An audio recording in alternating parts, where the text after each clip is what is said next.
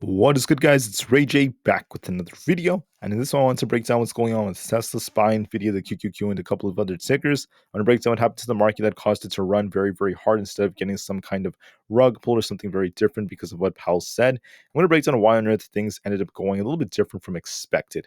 But before I begin to detail all this information, before I get into any more details, let me just mention a couple of things. I am firstly not a financial planner, so take nothing I say as financial advice. And also, if you guys can, please check out the Moomoo link, which is down below and in the description. If you sign up for Moomoo, the link down below, and deposit $100 into the account, you are guaranteed 5 free stocks. If you deposit $1,000, you're guaranteed up to 15 free stocks, and the offer ends very soon. Anyways, when it comes to the market, we got this crazy pump thanks to Jerome Powell. In my video, I told you that if we were bullish after Powell's speech, expect 520. If we were bearish after Powell's speech, we'd be coming all the way down to 511. And I was favoring the bearish side because of some interesting data, but that ended up being incorrect because Jerome Powell ended up doing something different. So what happened was, when you look at the inflationary data, seasonally adjusted month over month, you can see it's been going up and up and up. And if you look at the latest report, CPI came in hotter than expected 2 times in a row. PPI was hotter than expected big time, and the market came down. So with inflation coming back up, what you would normally expect is Jerome Powell to be a little bit more hawkish, to be saying things that the Fed has to monitor the situation. They're going to be very careful with these cuts and things like that, right? That's what we would normally expect looking at this data.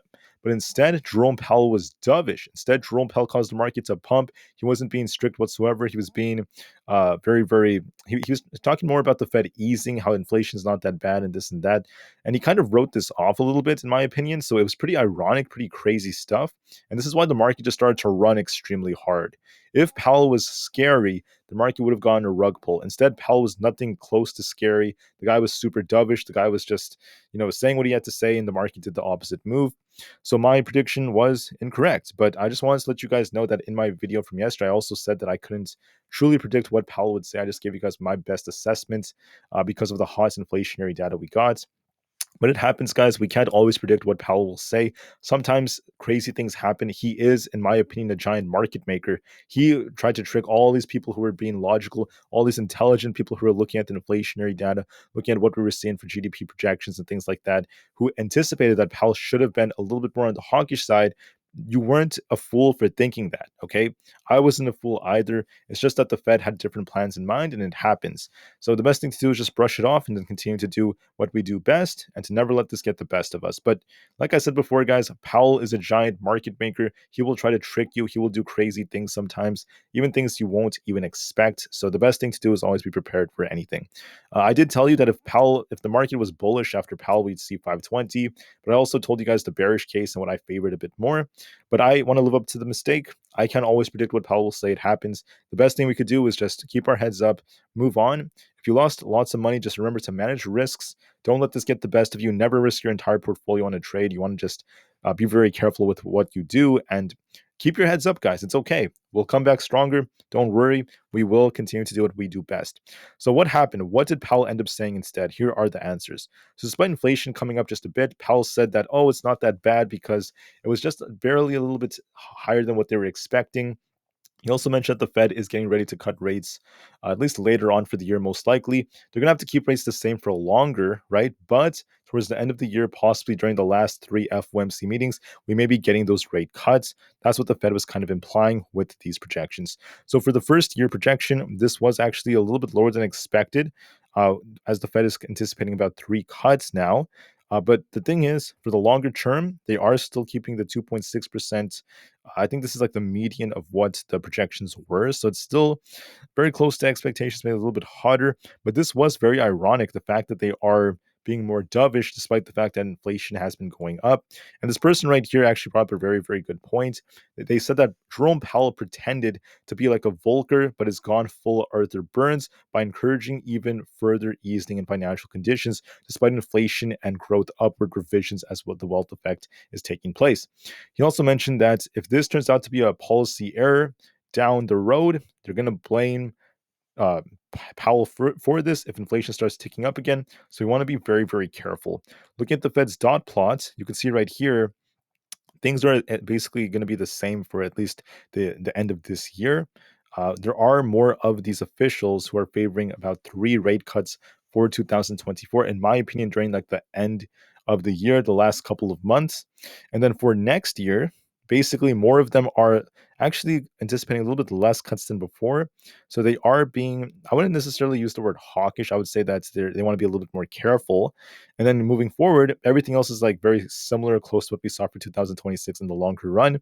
And the market was still very, very happy about this because, if anything, they're just three rate cuts, which is not out of the ordinary, very similar to before. And Jerome Powell, his body language, his words, whatever you want to say, has been favoring the bulls for the stock market because he wasn't scary. He didn't say anything that scared the markets. Instead, he was saying that the Fed has to be careful with their policies. They don't want to ease too much, but simultaneously they don't want to be too stringent. And he said that inflation, there's been a lot of progress being made. He took like the super dovish stance, and the guy was being dovish. He was being he wasn't being strict on policy. Despite the fact that inflation is showing signs of going up, Powell chose to not be strict. He chose to be very, very lenient, and his words led to the market pumping. So once again, guys, there's a lot of trickery in the stock market. Sometimes things like this happen. This was very ironic, but all we could really do is try to improve from here. So with that happening, with Powell taking the dovish stance, what do we see for SPY? We're going to be watching this resistance at 521.25. This is like the new all-time high. We close at the all-time high. If it breaks past this, if we continue to hold up at 520, I see this thing going all the way up to 523 plus, 523.5 or so. If we break that, our next target is 525. If we sink down and lose 520, this thing will start to cool off towards 518 all over again. But as of right now, when you look at the charts, there's no sign of a rejection just yet. The daily looks very bullish on SPY. The market's breaking out again. And I know a lot of people are frustrated. They're angry. They weren't expecting this, right? Many of us weren't expecting it. I admit that, right? But Powell came in. He's trying to cause pain for people. He's a giant market maker, and it's just the game of the stock market. Unexpected things could happen. So I just want the best for all of you. Remember to manage your risks and be prepared for more potential upsides. SPY does look a bit more bullish, and it's favoring bulls right now.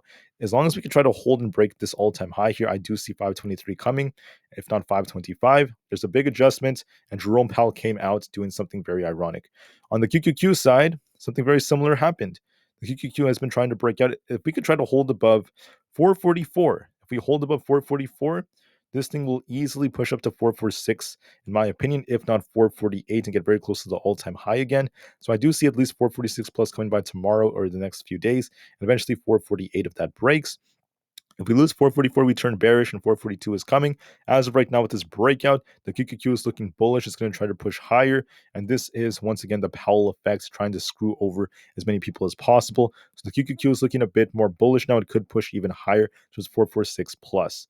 How about Tesla? Looks bullish on the daily because we're about to get a PPO crossover. And I think we're going to be hitting 180 by tomorrow, if not over the next few days. So I see Tesla pushing for 180. The market's turned back to bullish. Jerome Powell came in. He did his thing. Even Tesla's running because Tesla likes the fact that the Fed is going to be cutting soon. Tesla is very interest rate sensitive, excuse me. So, it's going to likely push all the way up to 180. So there are more opportunities coming. So watch for that as well. Going into a couple of others like Aapl. Aapl came down because of some bad news that came out after the market closed. So watch support at 176.5. It could actually drop a little bit towards 175 flat. And then we're going to be looking for a bounce after that, a rebound to 176.5, if not 177. So I see a little bit of downside coming to Aapl in an attempt to bounce after that. We'll see how things go for them despite the declining Chinese sales. If we lose 175, a bigger drop is going to likely come. So watch that support. It may attempt to bounce right there. So watch for that. On Nvidia, with the news coming out that the Fed is going to try cutting rates more, or continue to cut rates with Jerome Powell being dovish, there's a very, very good chance that we're going to be testing 908 if we break this. Going to be pushing for about 920 or so. We're going to be looking for a big push. We have 908 as resistance. We're at resistance on the Nvidia. If we break this, this could break out higher towards 920 plus. If we lose 892, watch 885. If that fails, we're going to be sinking. My guts tells me this is going to try to push higher, so watch for that, at least for the time being. With that being said, that is it for the main five. Now we're going to be talking about some other tickers out there. If you look at Rivian, Rivian is showing some life, at least on the daily time frame. Going to be looking for a push towards 11.59. With Powell coming in, we have this gap to fill, so I do see it getting close to 11.76 if that breaks. And then we have this $12 target. It might push a little bit to fill this gap at 11.76. with the news about the Fed, SoFi bounced very nicely. Going to be looking for a test of 7.63. That is the most likely possibility. Thank you, Jerome Powell. That's helping the market push. For ARM, this thing came down a bit, looking kind of weak. Now we're trying to bounce again. Going to be looking for a push all the way up towards 130. This is like 133.67. We could push a little bit higher. Now that this news came out, the daily looks bullish. So look for a bounce on that. Super micro, this thing got a bounce off 855, the support we called out. There's also this big gap to fill closer to 1000. If we break past about 925, I do see it filling this gap up here for a test of at least 980 to 1000. So I think that it might push at least about 925 and eventually 950 plus. So I'm going to be looking for a push right there. For Palantir is looking a little bullish on the daily time frame. If this pushes a little bit higher, we're going to be looking for a test of about 25 flats, and it could even break up past that to about 25.5. So I do see a little bounce coming on Palantir. Thank you, Jerome Powell, again. For the IWM, there's a gap up here to fill. We could push towards 206.8 if we break past that. Going to be looking for a test of about 210. We could be pushing higher on the IWM. For Microsoft, this thing got a nice bounce as well. Going to be looking for a push towards basically 428. If we break that, 430 is next. And this thing is continuing to soar to these highs. It's absolutely insane. I think that this thing could just keep going from here. So Microsoft is looking kind of bullish, could get closer to 428 and eventually 430. This chart is still holding up very well.